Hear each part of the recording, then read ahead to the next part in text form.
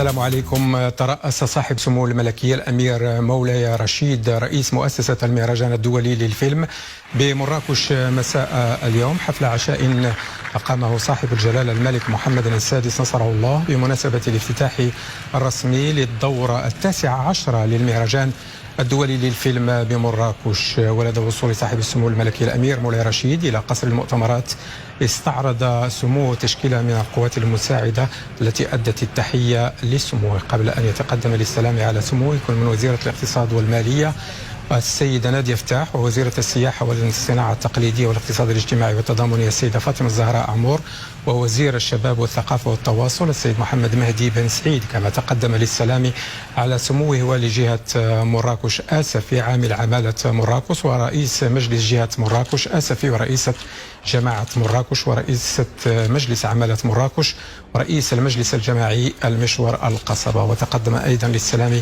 على سمو الأمير الملكي الأمير مولاي رشيد نائب الرئيس المنتدب لمؤسسة المهرجان الدولي للفيلم بمراكش السيد فيصل العريشي، ومستشارة رئيس المؤسسة السيدة ميليتا توسكان دو بلونتييه، والمدير الفني للمهرجان والمستشار المالي للرئيس بمؤسسة المهرجان والكاتبة العامة للمؤسسة والخازن العام للمؤسسة والمنسق العام للمهرجان الدولي للفيلم بمراكش. إثر ذلك توجه صاحب السمو الملكي الأمير مولاي رشيد إلى القاعة الشرفية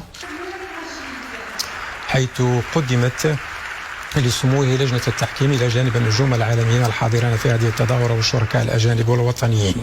المهرجان الدولي للفيلم بمراكش في دورته 19 ينظم تحت الرعاية السامية لصاحب الجلالة الملك محمد السادس، يعود لجمهور السينما بمشاركة مشاهير الفن السابع من المغرب والخارج وشخصيات بارزة من عالم الثقافة والفن والإعلام. الدورة 19 تنفتح على جديد الإبداعات السينمائية العالمية وسيتنافس 14 فيلما في المسابقة الرسمية لنيل النجمة الذهبية للمهرجان.